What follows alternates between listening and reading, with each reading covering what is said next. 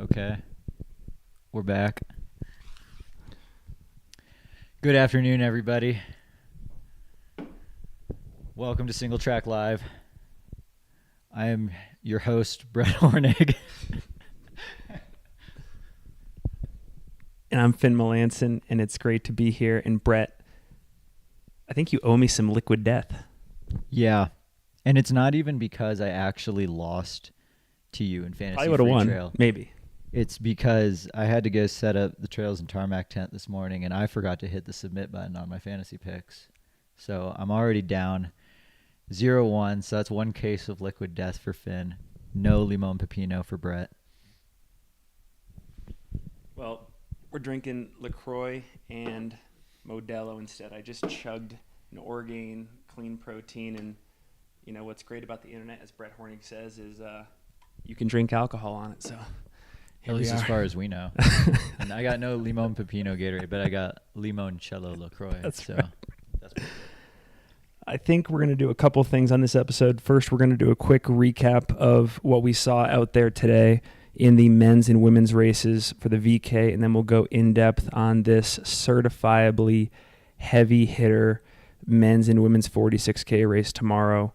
Brett, before we do an official rundown of the men's and women's races, how they went sort of from top to bottom on the podiums, any just immediate thoughts about what it was like to be out there in the vendor village, on the course, the ambiance? Talk about all that.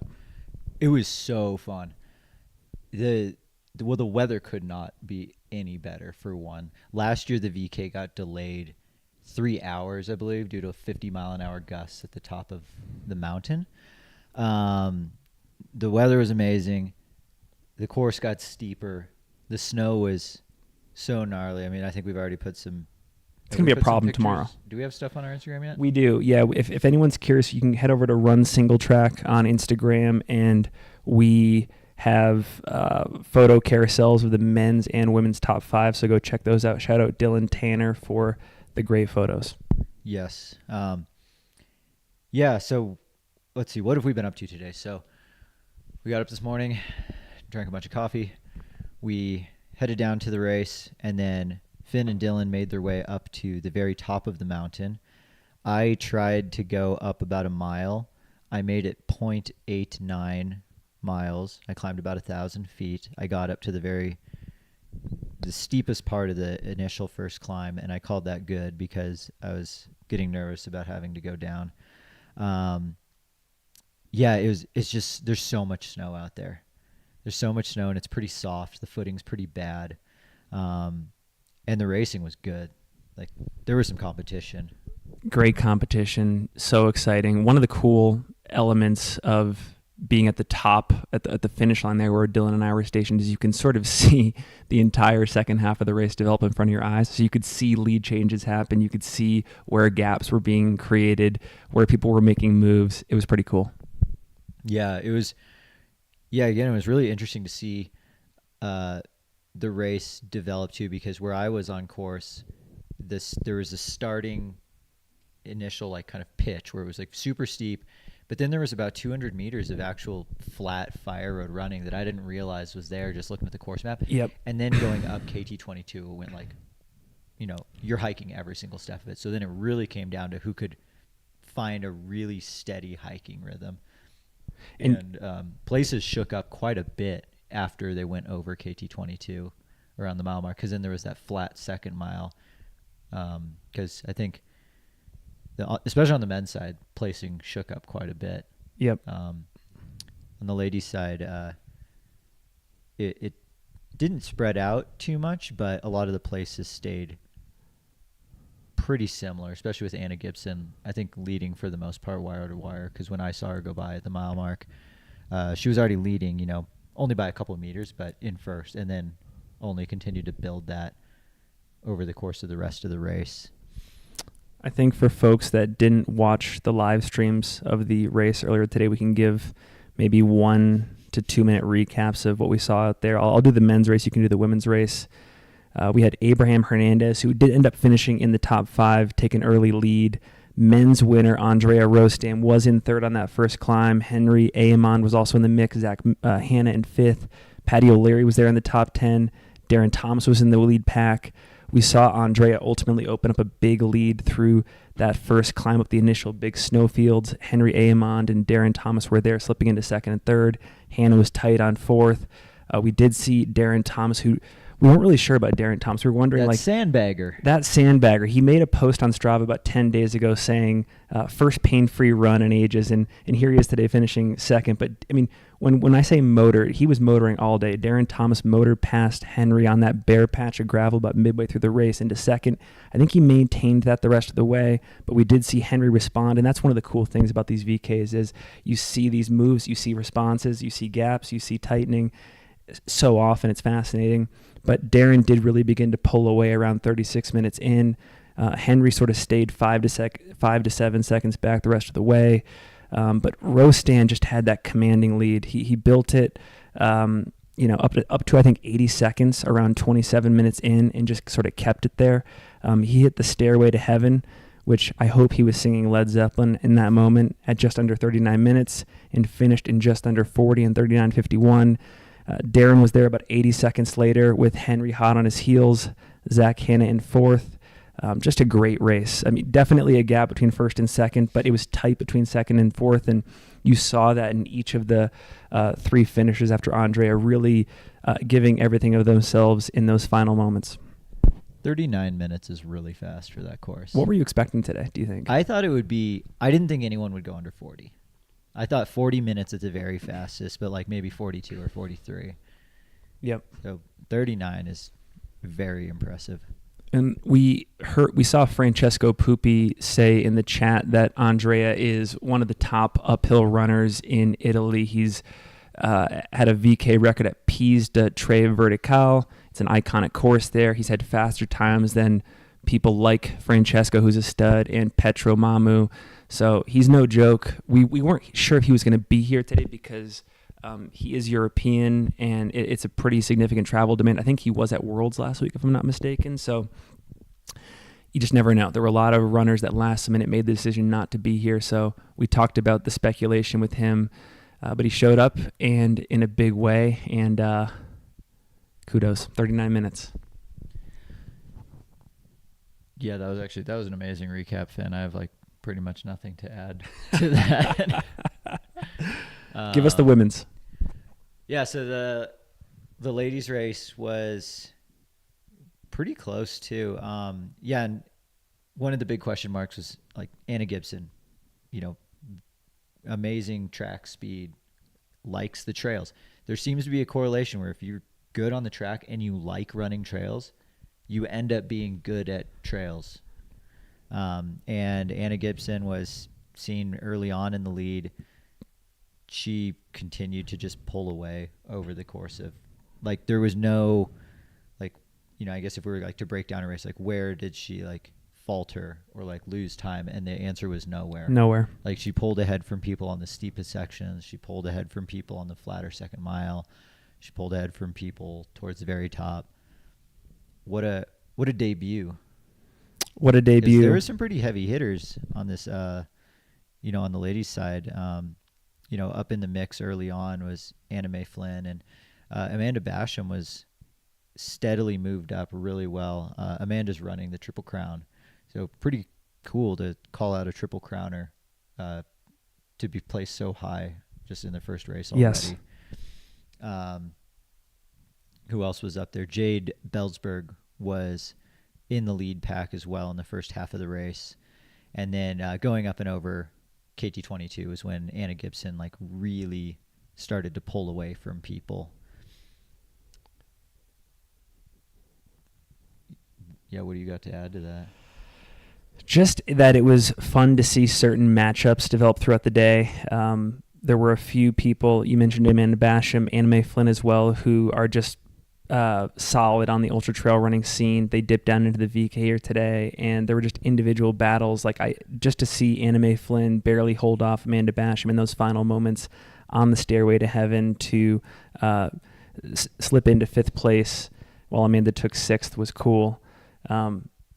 We talked on the preview episode last night about just the decision on what equipment you're going to use in a race like this. Poles, no poles. Are you going to jog? Are you going to hike? Where are you going to distribute effort? Amanda Basham had the poles.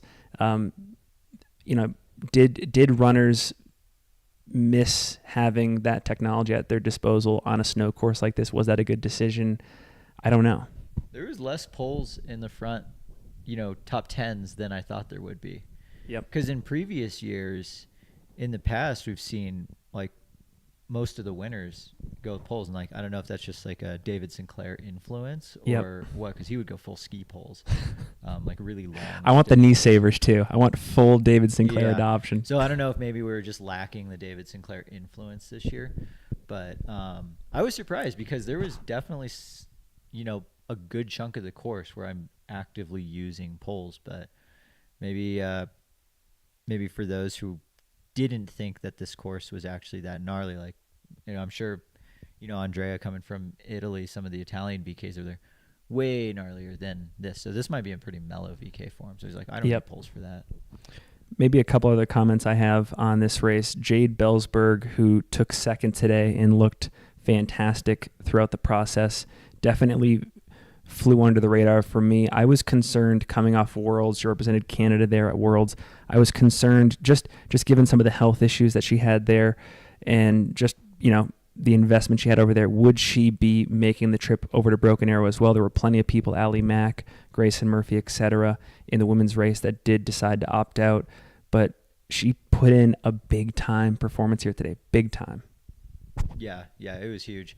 And it was, a great kickstart to a weekend of racing. Yeah. I like the little bit more relaxed 10 a.m. start. Someone in the chat asked what the temperatures were like during the race, and it was probably in the 60s, the whole time. Probably closer to like low 60s, upper 50s at the very top of the mountain. I don't think it was warm enough to really impact the race much at all. I guess the one thing the temperatures in the 10 a.m. start would have done is soften the snow a bit, because I saw people even at the front of the pack slipping at times where their foot would just give way or the snow would give way under their foot.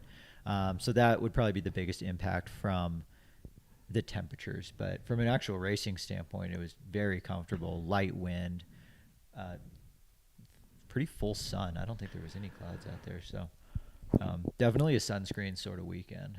Yes, and one more thing I'll add is, and this is unique to the VK, and this won't be an issue on the 23K or 43K or 46K days, but your day is not over when you finish the VK. You still have to walk off that mountain, jog off that mountain, and make it down about 1,000 vertical feet to the tram or run your way down. And Dylan and I were coming off the summit with Jackson Brill, one of the top finishers, earlier today.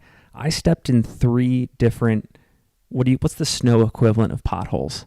But I stepped in 3 of those. One was significant where I went all the way up to my hip. Yeah, it's like where you break through the crust because it's actually just water. It's just a river underneath. It's just a river underneath. Yeah, kind of treacherous coming down because you kind of take your guard down a little bit because the race is over. I'm just making my way to the tram and then boom, sinkhole, get you. Yep. Weekend ruined. So you told me that you might have to sign up for a VK soon. This kind of inspired you.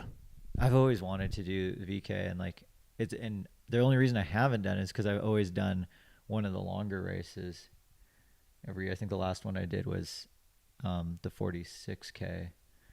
I've done that one twice, and then the 23K once, maybe twice actually. Okay. But yeah, I got to do the VK. I also want a Triple Crown. I think Triple Crown would be cool. I know it's a European thing, but I would love to see VKs gain more steam here and see more athletes specialize in it. I know there's just not that many VK, there's not that many spots to race a VK in the U.S.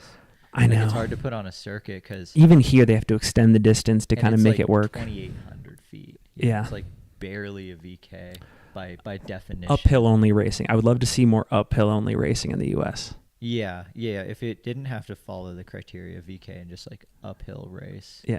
That would be cool to have a circuit of that. But then I feel like it would just always be seen as a less extreme version of Europe. I just feel like it would, even if they were super competitive but just didn't climb that much, it would be like minor league baseball. Yeah. Which is always kind of a bummer. But yeah. I think we just got to put all our eggs into the Mount Marathon basket. If we can't do a VK, we might as well do one that's mega VK. Any other, before we get on to the 46K preview, any other interesting tidbits from walking around the vendor village or the scene there or anything else? The vendor village has changed. It changed a little bit this year just because there's some construction going on in the main village. So we'll talk about it a little more, but the start and finish shoots of the race are actually slightly different directions. But with that being said, the village is awesome. I think the setup of it is actually quite good. All the tents are pretty close together, and there's like good, pretty high traffic across all the spots. No one really feels too left out. It seems like a good kind of festival type atmosphere. There's music and cool food. Sierra Nevada was there. I don't know.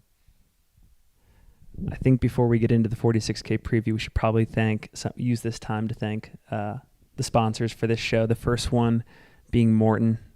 They gave us some really interesting props for the studio, and to my right, so viewers left, you've got the Morton setup here with Get Used to It. I love that branding, and I think we talked about this on the VK preview show last night, but there are a lot of athletes that we find fascinating and interesting in the sport that are making Morton a key part of their nutrition strategy for races like Western States. I've heard Arlene Glick go on the record saying that it's Coca-Cola and Morton 320 for him at Western, and I think that's a bold strategy, but I dig it. And anyways, we love Morton. We think that they make great nutrition products. We're proud to have them as sponsors. Also, Rabbit. I'm wearing the Eric Sensman Rabbit tee right now. They're a longtime sponsor of Single Track. We love them as well. Check out their FKT shorts, their Shredder shorts. Brett, you want to talk about features and Hoka? Was that the shirt that survived your barrel roll in Flagstaff? Yes, it did. Yes, it did. Yeah. It survived a pretty significant barrel roll across rocks. No rips. This thing took it on the chin and survived. And it's a very thin shirt. Very thin shirt. Love the colorways. The orange on white, on powder blue, on navy blue. I love it. Finn loves naming colors. That's Finn's pastime. Huge thanks to Features Socks. Their mini crew is like an inch or two shorter than your standard crew sock, and I feel like that's a proper crew sock length. So they've sent some over. We'll have some for those who hang out with us on our group runs later on this week. Thankful to Features for supporting us. And then also a big thank you to Hoka for supplying us with some footwear. We've got some more. The set's going to grow in terms of how we merch this thing out in the next few days. I think the Hoka Zenal would have been a great shoe.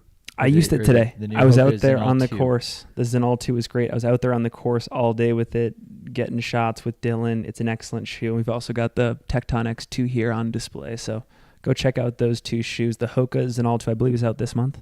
Yeah, the Zenal 2, I think it's out right now. It just came out at the beginning of the month. Tecton X2 has been out, I think, since the beginning of May. But yeah, both fun shoes. Check them out. Brett in the chat, Matt Feldick says, Brett looks like he's about ready to hop on his tractor and get his corn planted. Hell yeah. Yeah, it's funny, I don't wear jeans that often, and Finn was wearing jeans, so I thought maybe I should wear some jeans instead of my standard track sweats, and they're just not very comfortable. Yeah, you're right, Matt. I feel like I should be sitting on a tractor. And Chris, I'm rolling up the jeans partly in a minimum viable stylistic move here, fashion move, but also, yes, to show off these Features socks. So thank you to those sponsors, Features, Hoka, Morton, Rabbit. Use Single Track 20 on the Features website and on the Rabbit website for 20% off gear there. And we'll have more information on Morton Hoka soon. Should we get into 46K stuff? Yeah, so tomorrow morning, 46K goes off at 7 a.m. It'll be a little bit chilly tomorrow morning for the start, but really not too bad. The course is like 95% the same from last year. Some of the biggest differences are just the way that they routed the start. Instead of going through the village, it's actually starting the opposite way. You go out of the village through one of the Palisades parking lots before entering the trail, and that's just to avoid some construction. And then some of the biggest differences are just in the climbs. There's no switchbacks to follow this year because it's all snow. There's so much snow on the course. So when there are no switchbacks, the guys at Broken Arrow, they just make the race go straight. So the climbs got steeper. They got a little shorter. So the overall distance, I wouldn't be surprised if it was a little bit under 46K, but the vert will stay the same, and the difficulty probably will go up. It's 2 laps, so it's the same as the 23K course that we'll see on Sunday, but just 2 laps of it, which it's really tough. Even at 46K pace, you'd finish 1 lap and you're like, I could be done right now. Yeah. And you see a lot of drops in the 46K because you get back down to the village and everyone's already hanging out and you're like, oh, I should just be done now and go and hang out with all my friends. So my advice to the 46K runners is do not dilly-dally at the end of that first lap. Get out of that aid station as fast as possible and just leave the scene and the environment so that way you can get back in the woods and forget about all the FOMO of being at the start-finish line. In your experience, where are the key spots on the course where runners have to beware or just acknowledge that this is a key point in the course and moves are going to be made here? The fate of the race is going to be in the balance, stuff like that. It's really just not cooking yourself on the first lap. There's 2 major climbs on the first lap. Let's see if we can get to that. There we go.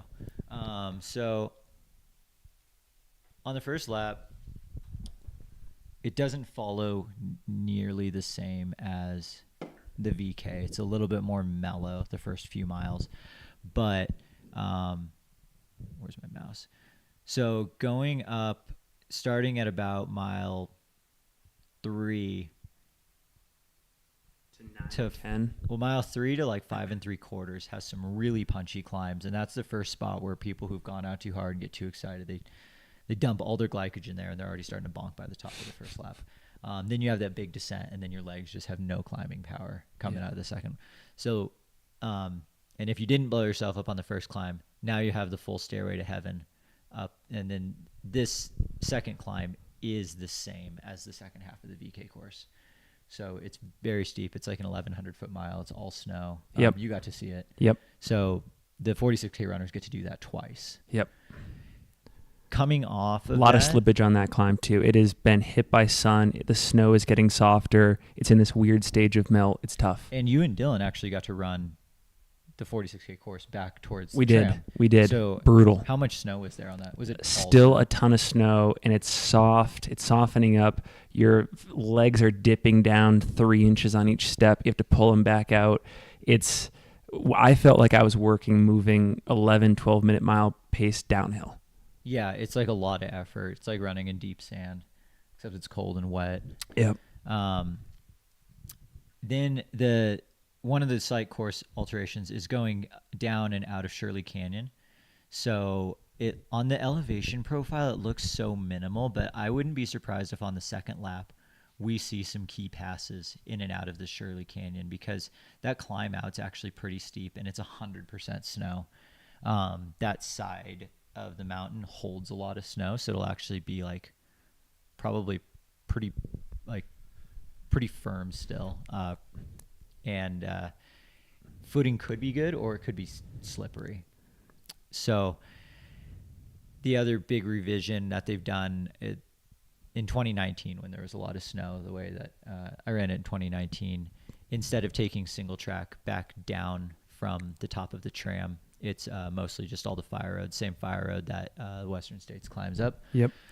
So you'll see some opportunities to really open up the stride and just like no thinking hammer because you're just on the dirt road. So I bet we see some sub 5 miles coming down there at the end. If you had to estimate, is over 80% of this course, maybe even 90% of this course under snow right now? I bet it's a little less than that because the first 5 miles are relatively snow free. And then the spots up on the ridge have melted out. I bet it's 60 to 70%. 60 to 70, snow, okay. Which is a good amount of time. If the winning time on the men's side is 4:40 or 4:30, you're going to run like two and a bit hours on snow, which at that kind of effort, that's hard. Like your stabilizer is going to be jacked up the next day. We're going to know who's been in the weight room prior to this race. 100%. So yeah, I think so much of strategy for this 46K, especially when there's this much snow, is be ready to you need to be able to hammer that second lap. Like there's only been a few people who've like even split the course. One of the last people to do that was actually, I think in 2019, I think it was Hayden Hawks who won it. Wow. He was only like a couple minutes slower on his second lap, and he pulled away from people by so much. Pulling away while slowing down is such a fascinating paradox. Yeah, I mean it's who can slow down the least in that second lap. Yep. I wouldn't be surprised if someone who runs, really smart passes, 6-8 people on the climb up to the top of the mountain on the second lap. If you put your coaching hat on just for a second, and obviously with a lot of these runners are doing the Triple Crown, so no single race has like outsized importance. But if you, in the women's field, if you look like at Amanda Basham and Aroa Seo and Christina Randrup and Natalie Chergwin, they all raced the VK today. From like a physiological standpoint, from a performance standpoint, what can you expect of somebody that is turning around? I mean, granted, it wasn't a heavy effort on the legs, but like aerobically, it was a significant performance. So like, what can you expect from them in the 46K, just like, 18 hours removed from a VK? I don't think it's that bad. Like, yeah, it was hard, but like, as long as you, get in a good amount of food afterwards and get a good night of sleep, like the legs won't be too bad. There might be a little less uphill climbing power, but we're dialing back the effort so much. Like I think it would almost be harder to race like the 23K tomorrow, where you have to be able to hammer pretty hard. 46K, you get to relax just a little bit more, at least for that first lap, before really trying to turn it on the second lap. But that for those Triple Crown, the women's Triple Crown I think it's going to be really exciting. There's legit people in the Triple Crown, and like I think they're all 4 minutes apart from each other right now after day one. I think the time gaps can open up pretty big tomorrow, but then it'll come back like who can then run a hard 23K off of 46K legs. And we've got Aroa last year was 11th at Western States and I think 8th at UTMB. Yep. I mean, that's a solid double. If you can do that, you're probably going to be great, well fitted for the Triple Crown. Amanda Basham's getting ready for UTMB as well. Natalie Chergwin's getting ready for CCC. So there's a trend there. All these people are getting ready for the Euro races and just putting together a nice, good, long, hard weekend of running. What's interesting, and we're seeing this a lot more on the training front. I've seen Corinne Malcolm do this recently. John Ray did it in the lead up to Western States this year. Cluster training, where you do like 6 runs in a weekend or 3 big long runs in a weekend. Broken Arrow kind of represents cluster racing. Yeah, it's like a micro block. A micro block. What do you think about that?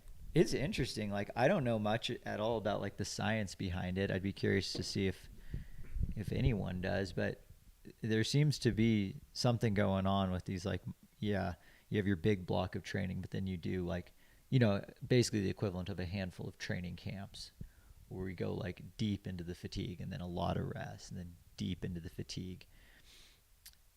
But yeah, I guess we'll see. We'll have to, keep an eye out for these Triple Crowners and see how they do at UTMB come end of August.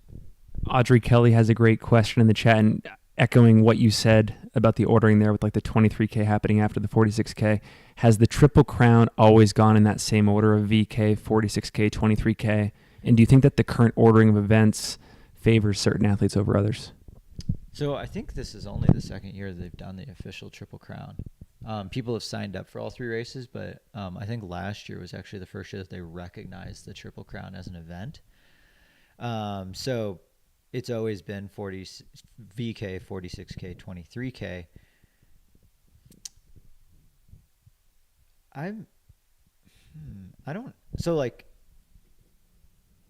I think I'd almost put the VK last.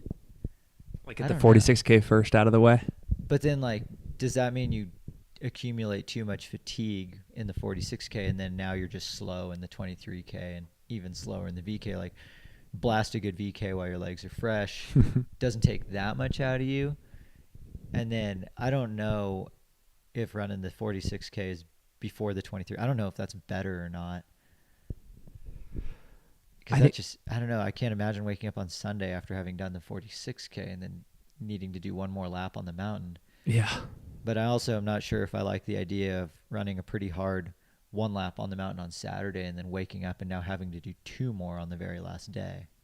Yep. It's kind of tough. It's a lose. I'm going to be paying more attention to this cluster racing, though, because with a lot of these UTMB events, they're now spreading out these races in a festival-type atmosphere. You know, Hillary Allen did this at Speed Goat with, I think, the 28K and the 50K in the lead-up to UTMB, and we're seeing a lot of people like Amanda Basham and Aroa probably do this in a similar fashion for UTMB this year. So I'm keeping my eye on this and seeing whether there are dividends in the future. But should we get into the women's field? Yeah. Talk about the women's 46K field. These 46K fields are stacked. Like, I feel like they're not getting the love they deserve this year. I mean, it's hard to put on 3 live streams over the course of a whole weekend, and it's 46K. It's a long time to do a live stream, but man, these are some good races. There's some newcomers to Broken Arrow, but there's also some in the race who have run here well.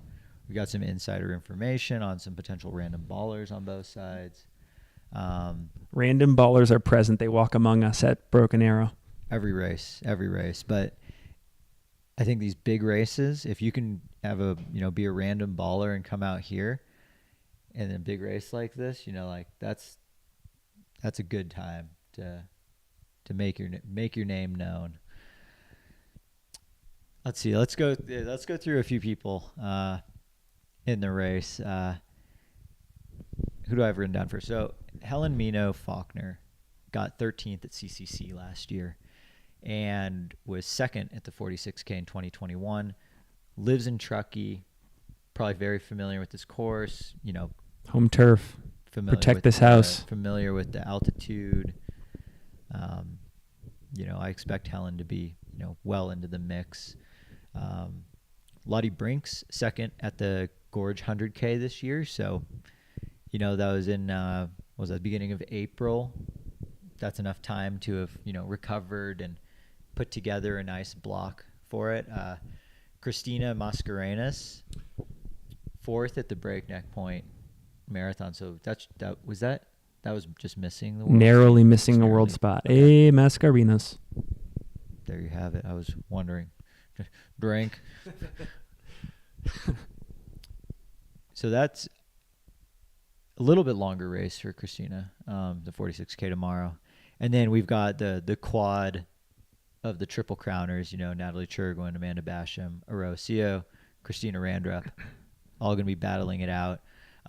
Lucy Bartholomew is coming off of a great Tarawera 100-mile. Yep. Sources say she was on the fence about racing tomorrow, so we shall see. Brianna Grigsby, 10th in the Black Canyon 100K. Shorter Air Viper race, the Big Pine 13K first overall, and that was just on June 11th, so it was like 5 days ago. Third at the Crown King Scramble. 7th at the Canyons 100K. So Brianna Grigsby's got a lot of racing under her belt for this year. Peyton Thomas is someone who I'm not too familiar with, but second at the Desert Rats by UTMB 50K, and then third at the Pikes Peak Marathon last year. So while the Pikes Peak Marathon is one climb, one descent, it is so ridiculously high up that, that's going to translate well to tomorrow. And then we got our random baller alert. Dun-dun-dun. Be on the lookout for Caitlin McDaniel. This is a Dylan find. Relatively new to trail, like most of the results just go back last year. Has sounds like is one of those people that's still figuring out where their ceiling is, but has had some really strong runs recently. And Caitlin actually played basketball for the German national team, so she is an actual baller. So excited for that. She actually has a mid-range jump shot in addition to showing up to start lines and shocking the world. Yeah, so maybe that could help with the footwork for some of the technical stuff. Although I wouldn't say that the course is actually technical tomorrow because it's mostly just snow. I think that's still going to play into the advantage of the technical descenders, because usually a technical descender can run fast, a little bit more recklessly in control, which that's something you're going to need to have in your back pocket for tomorrow, because you do kind of need to be able to just recklessly go through the snow on the way down. What was the marketing for the Zenol 2 again? It was like it could like cut through. It was something like a paring knife. A paring knife for trail. Like you need to cut through the trail like a paring knife. Which runners in this field are paring knives for snow-covered terrain? Yeah, you got to be able to channel your inner paring knife for tomorrow. Is there anyone that I missed off your notes? There's a couple. I think one more person that I want to feature is Lindsay McDonald, who is based out of Flagstaff, Arizona. Her overall weekly volume has been low, I would say, in the last month or two, but she has definitely, in the times that she has gotten out the door, has put together some pretty tough, burly mountain runs in the Grand Canyon, around Eldon, in Flagstaff. She's gone on runs with people like Preston Cates and Chris Myers. Chris Myers is in the men's field for this one. 3rd at Speed Goat in 2022, 5th at Pikes Peak in 2021, so clearly is not fazed by the altitude. And yeah, I just look at what she's doing, and I think to myself, she could be in for a day. I'll talk about my picks in a moment, but she's on my radar. I got to interrupt you real quick. Yeah. There's some good chat going on. So there's a VK, 28K, and a 50K, the rut. Yeah. And then there's also... We got to do a series. A VK, 26K, 50K at the Mammoth. Yes. Trail Fest. Triple crown. Total time across all 3 triple crowns. The triple crown of triple crowns. Yeah, that's got to be a thing. And then also someone in the chat, I actually have the name written down, but I just suck at reading. Georgia Porter as well. 8th at Black Canyon this year and has had actually some far stronger, shorter results. Yeah, definitely be on the lookout for Georgia Porter tomorrow as well. Maggie in the chat says, Finn, does it count as an ad drop every time you feature someone?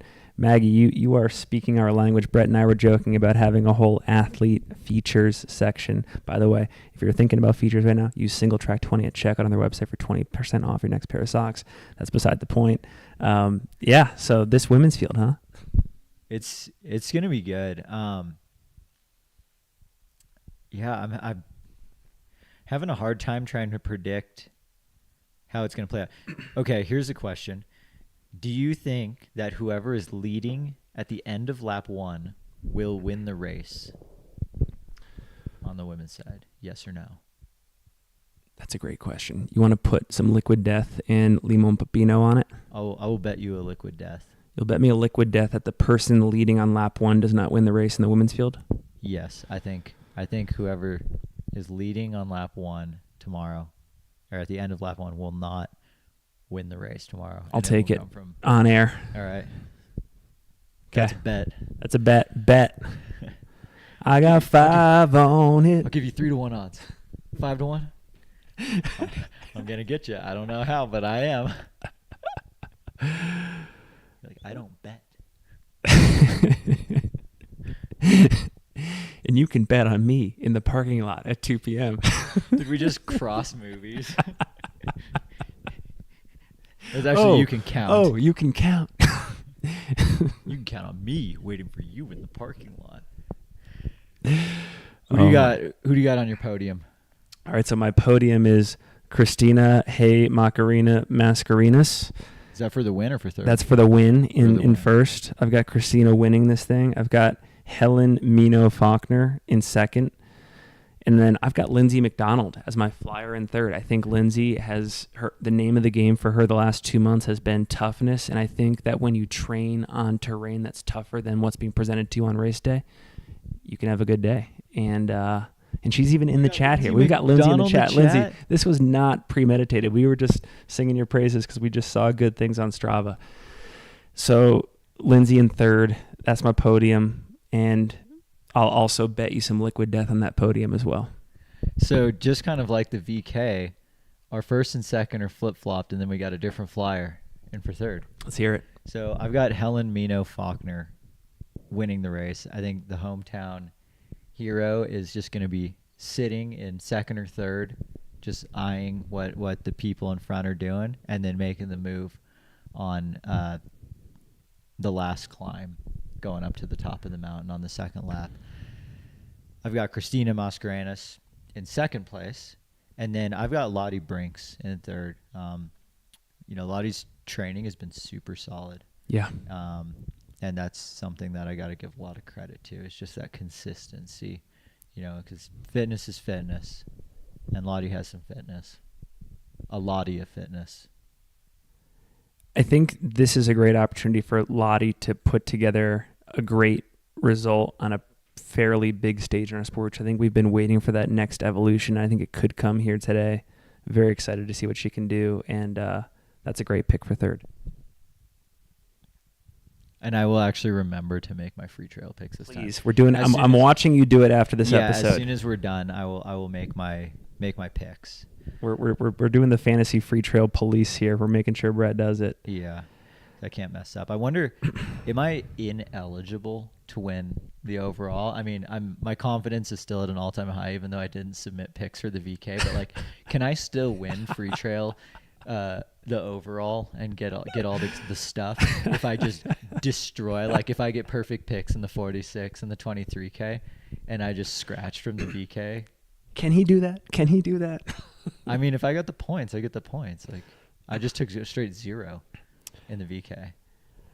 All right, so switching over here to the men's field, I'll get us started here. First things first, we do want to make sure that everybody watching this live stream has all of the information that we have to make sure that they have the most accurate free trail picks, fantasy free trail picks. For better or for worse. For better or for worse. Sources are telling us that Mario Mendoza is out for this race. Mario Mendoza is not running this race. So if you have that one's him, actually on free trail. That one is That on. was that Okay. one- That one was actually on Okay, free that trail. one's on free trail. Sorry, I'm not breaking any news. I am reiterating news that is already out there. Mario is out. But I'll go into a couple of my favorites here, Brett. I'll actually save Jeff Mogavero for you because I know Jeff is a homie there at Trails and Tarmac. But first one for me is a guy named Nick Handel, who is based out of the Mill Valley, California area. He spent many years training with the likes of Dylan Bowman, Drew Holman, Patty O'Leary, etc. And what's interesting about Nick is I think he recently sold a company called Transform that Drew Holman worked at, and he had a post on social on June 8th saying, quote, "So stoked to race. This year has been a shift in life and goals, more intentional about training and dreams of running," end quote. I think anytime you're embedded in a group of really talented runners and maybe you've just had other competing life goals, but then the reins are kind of taken off, good things can happen. Very excited to see what Nick can do there. A lot less stress on your running when you get paid.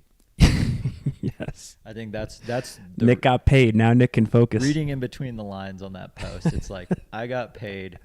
I can go running now. That's what I'm hearing. And that's awesome. That takes a big stressor off the training. Nick probably does not fall in the camp of, I need my work to balance out the running. No, I'm sure they were hammering 100-hour work weeks. I've watched Silicon Valley. I know how it works. By the way, in my angst to get to the next point, I totally missed the Lottie pun. You're going to have to tell that to me again. I said she's got a Lottie of fitness. I know. And then, it said, you could see it in my face because I was like, how did that not land? And it just went straight over Finn's head. I regretted saying it because Finn didn't get it.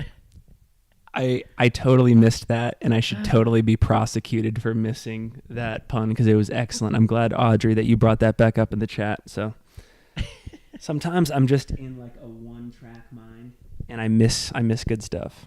So, all right. Should Should we roll through this men's field? Yeah, a couple more here. I'm going to bunch Adam Loomis and Michelino Sunseri together. I had a chance to actually witness Michelino and Adam Loomis go 1-2 at the Scout Mountain 21 miler 2 weekends ago. Both looked amazing. Michelino, on any given day, can be one of the best runners in this sport. He ran 5:14 to win the Speed Goat 50K back in 2019 on a very snowy course. If that course did not have the snow it had, he would have been flirting with the course record, I believe. He's raced a lot this spring, but I think he raced himself into fitness, and that things at like Breakneck, for example, weren't a great representation of what he can do. I'm expecting big things here today. He's done this race 4 times, or he's been at Broken Arrow 4 times. He's very high on my radar. And then I also want to mention one more person before I turn it to you, and that is the great Dave Stevens out of British Columbia. One of the coolest mountain towns on earth that I still need to go to. Nelson's amazing. We had, if you want to learn about Dave, we had Dave back on the Single Track podcast in like November of 2021. He's beaten Anthony Costales at the Run Rabbit Run 100. Not that many people have beaten Anthony. Beat Jeff Mogavero at UTMB Puerto Vallarta. He got 7th at Canyons last year while he had a kid come into his life. So Dave is amazing. He's got the dad strength, as someone in the chat said earlier here. He's worked in forestry. I think he has a desk job now, but at one point he was like out there in the trenches in the forestry industry. So dude is just a boss. He's even got a second place at the Javelina 100 to his name. So like that's like clearly his strengths are in the longer races. You know, we're looking 100K, 100-mile results. Yep. But this is a toughness course tomorrow. Yeah. This is a toughness course. While it's only a 46K, it's a very much a strength-based 46K. Like, this thing isn't going to that, like, nimble trail ferry. Yeah. Actually, one more I got to say. One more. Okay. In my dark horse random baller for this race is Jacob Grant, who is, I would say, the only Salt Lake City runner that has not yet had the breakout race result that I know he's capable of. He trains with Garrett Corcoran, trains with Caleb Olson, trains with all of the heavy hitters in Salt Lake City. He's had great results at very local races there. He did try to make a world's push this spring. 3rd at Formidable back in February, like just narrowly missing a world spot. Jacob is so strong, and I know that he's not quite in top form right now, but this guy is amazing. So anything is possible there, and I think as soon as he's ready, he's going to add to the lore of those Salt Lake City senders. Yeah, I mean, 3rd at Formidable this year was no joke. Like the Formidable results were insane this year. The depth of that race. How are you feeling about Mogavero? Well, so last year Jeff got 3rd. 2018 Jeff got 3rd. 2017 Jeff got 10th. Got a new sponsor this year. Jeff's with On Running. Seems to be in a great spot. Main training partner is Adam Peterman. Pretty good crew out here in Montana. Ever heard of him? Yeah. I think Jeff's in a good place with his running. Ran pretty well at UTMB Puerto Vallarta. Jeff likes this race. I think I've hung out with Jeff at Broken Arrow. I think we went out to dinner after the 2017 race. Great mustache. Yeah, great mustache. I know Jeff is trending towards the long race. I think he's running UTMB this year. That's going to be the main focus, but I don't think Jeff can ever be counted out in this 46K. Couple people that are, another person I would say is kind of dropping down to this distance from some of the longer ones is Rich Lockwood, Run Rabbit champ from last year, right? Yep. Okay. Yep. Coming off his 6th place at Lake Sonoma, which, talking to him, he was actually a little worried about how fast the Lake Sonoma 50 mile was going to be because he had done more, longer, like Gorge 100K, Run Rabbit 100 mile. He did one of the UTMB Thailand races, which is a burly race. That's like the UTMB Puerto Vallarta. I've heard just positive horror stories about how hard that course is. Yep. So Rich, this is a pretty short race for Rich, but it's one of those races where he's a very smart racer, very strong. he's got the biceps are like this. I think it's from all the climbing. That's going to help with, maybe poles. I actually don't even know if he's using poles tomorrow, but maybe if he's just climbing up the face of the snow. And then some of the speedsters that we've got. Actually, no, I'm on my second page. I guess some of the young guns who have raced a lot this year, but have raced pretty well. Yeah. Like Chris Myers, 5th at the Lake Sonoma 50 mile, 3rd at Way Too Cool 50K, and 4th at the Bandera 100K. And then Matt Seidel, who was 10th at Black Canyon, 8th at the Lake Sonoma 50 mile, and 4th at the Canyons 50K. This race from a distance and time standpoint kind of slots right in the middle of what they've been racing at this year. So he's hungry. I bet it should be, training wise, it's like right in their pocket. Name I'm excited to, hear more about is Ryan Raff. Yep. NAU alum. Coached by String Bean, Joe McConaughey. Oh, he is? He is. Wow. Okay, cool. Recently signed with Hoka. Yep. Let's see what else. He's got... Ran at BYU. Ran at NAU. NAU, sorry. He's from Provo, Utah, though. Oh, he's from Provo, Utah. Ran at NAU. I think he's still in Flagstaff. Yep. Coached under the great Mike Smith while at NAU. He was on # double thresholds. Double thresholds, triple threshold, never-ending thresholds, 24/7 thresholds. Mike the thresholds. Mike Threshold Smith. Yes. Mike T. Smith, and the T is for threshold, as the great Wheezy would say. F stands for franchise. Ryan Raff's very good at running. Waiting for a big day. He destroyed everyone at the Eldon Crest 36 in May, which is a kind of local Flagstaff race that runs parallel with the Cocodona 250.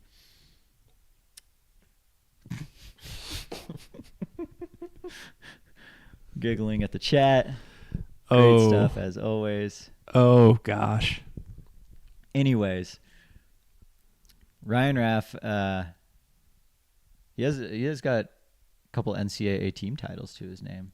Yes, he's a decorated athlete. I'm excited to see athletes like that come straight in trail. He ran cross country just this past fall and has already signed a contract for trail, all in on trail. Yep. That's the future of American trail running, is these big name collegiate athletes actually switching straight to trail, like Anna Gibson. I hate the phrase taking a chance on an athlete because I think that it's oftentimes misplaced and it creates a bad narrative in the sport. But I do think in the case of Hoka, they are seeing Ryan's collegiate numbers and translating that into potential in trail. I love Ryan. I think he has all the talent in the world. I think he could be one of the next great runners in ultra trail. I firmly believe that. I think that today or tomorrow in the 46K is a great opportunity for him to put up a truly stout result. Building off the Eldon Crest 36 miler. But similar to Lottie Brinks, I'm waiting for a big result there. I know he's capable of doing it, and I would not be shocked if we see Ryan Raff on the podium tomorrow, but this is a stout field. Yeah, there's, to quote the great Brett Hornig, the depth is so deep. How many points did I just lose for doing that? I thought you were going to say, to quote Brett, you can drink alcohol on the internet. We're putting that on the back of the shirts. It's like all the quotes from this year will go on to merch for next year's Broken Arrow Western States Week.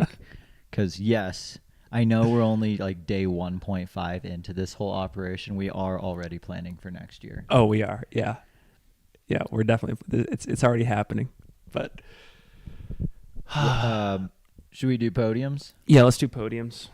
I wrote like 6 different podiums. I had such a hard time with those because I'm like, well, what if it goes out really hard because these fast kids, and then they blow up, who from the more like experienced group can also go out kind of aggressive but then hang on? What if it goes out somewhat relaxed and then they hammer the second lap? Who's going to have that strength for that? Yep. Who's maybe just so fit that they go out hard and hold on the whole time? And my final podium kind of came out to a mixture of everything. Okay. I've got Jeff Mogavero getting his win tomorrow. Yep. 4th time's a charm. Yep. Broken Arrow 46K, which in the chat someone said it actually says 41K. 41K. now. Okay. So we're sub ultra. Oh gosh, let's just leave. Let's just throw in the towel and leave. We're sub ultra for tomorrow's race, but that's okay. You still need a lot of strength. It's going to run like a 50K. I got Jeff Mogavero for the win. Okay. I've got Cole Campbell second. So that's wow. kind of the speed coming off the VK yesterday. Yeah. Or today. Coming off the VK one of the today. only VK 46K doubles, which is kind of interesting. So like the 46K was just a mere warm up. Yep. Or the VK was a mere warm up for the 46K. One more thing on Cole. I am learning just how deep the Boise, Idaho trail community is. Cole is from Boise. Jackson Brill from Boise originally. Yeah, living. Gus Gibbs. Like there's a lot of depth there. I didn't realize they kind of fly under the radar, the Boise Billies, but is that what they call the Boise Billies? Boise Billies. Yeah. So many like Western themed names. What's the crew in Salt Lake called? You guys have a name? To be decided. I think I said the Salt Lake City Senders just because it's an alliteration, but there's still a name to be needed. It's kind of nice though. So I've got Cole Campbell second, and then third place, who I think is going to like run into third place very late in the race, is Rich Lockwood. He's fit. He's ready to go. He, didn't seem too satisfied with Lake Sonoma, and is just wanting to get that higher intensity mountain running back. Yep. So I think Rich is in a good spot right now, and I think he's gonna bring in the third position. Leah says there doesn't need to be a name for the Salt Lake City Senders. It's only like a roller derby name or something. We're just trying to have fun.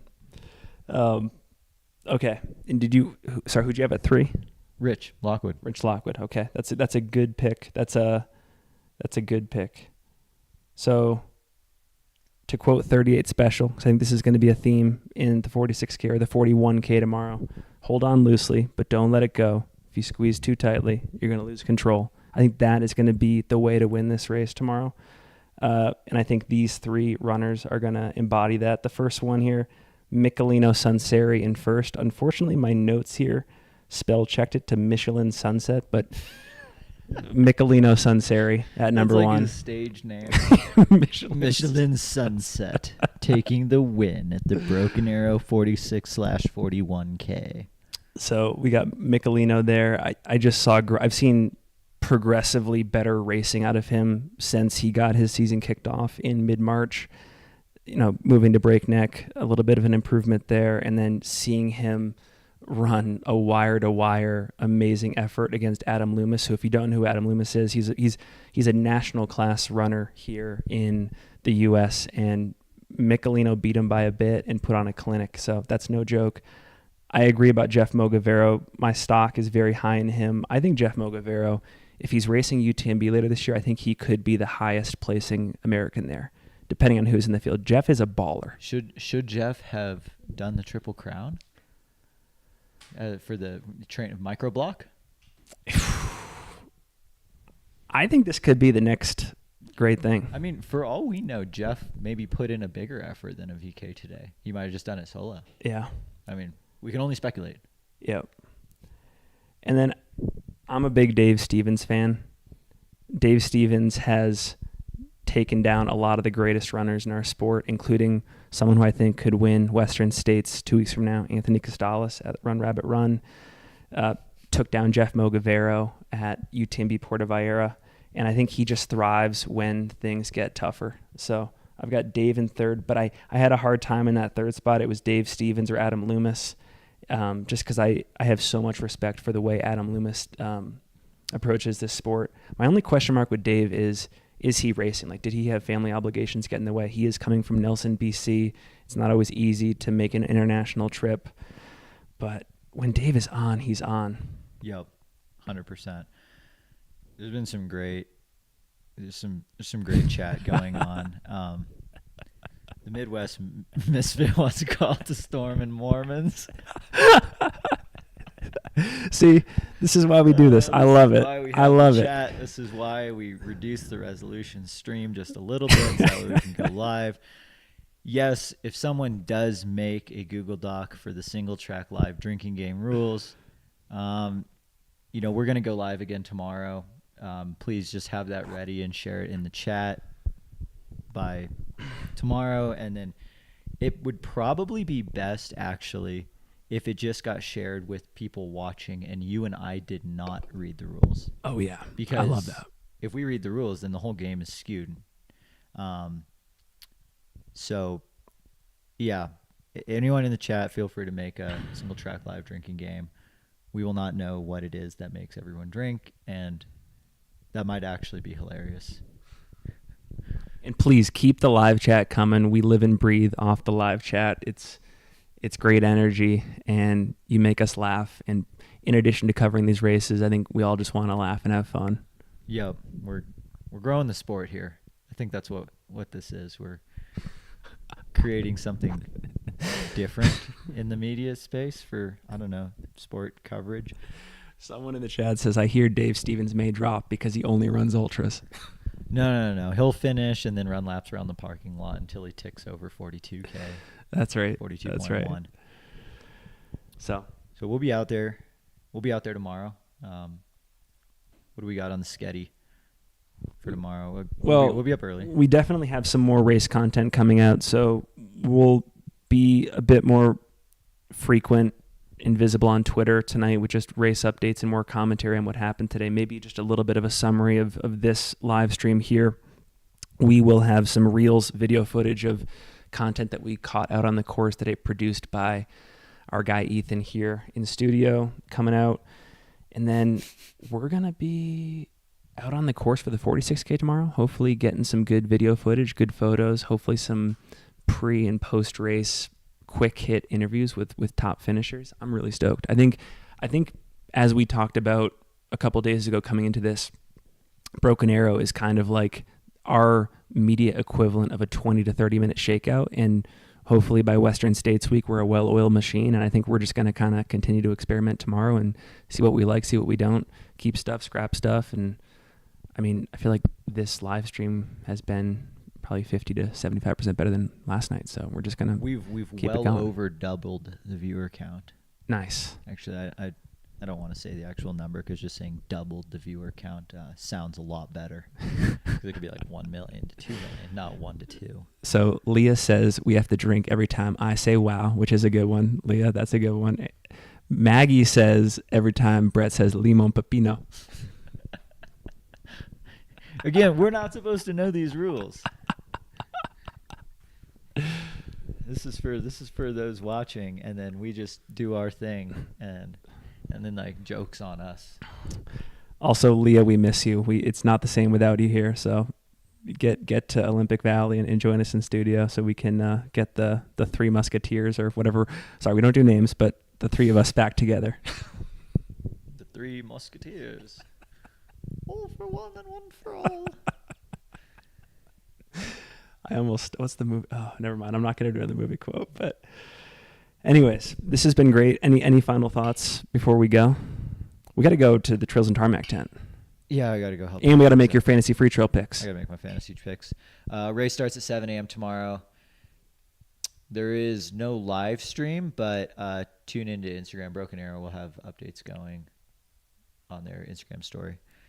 And there is live updates on the Broken Arrow website. If you go to results, app links, shows live updates. I think that's everything. We'll be here. I don't know if we'll be here this exact time tomorrow. It might be a little bit later. We'll see. Well, it might actually be because 7, 8, 9, 10. I think 2 or 3 p.m. from a lighting standpoint in this room is a great time to record. Yeah, so we're going to shoot for going live the same time tomorrow. Yep. But, of course, can never make any solid promises. So, with that, we'll see everyone tomorrow. The end? The end. Yeah, I don't know how to end these things. It's like Jonah Hill and 22 Jump Street. Maybe it's 21 Jump Street when he's praying to Korean Jesus. He's like, I don't know how to end these things. The end? The end. And then Ice Cube's like, Corey G's ain't got time to do shit.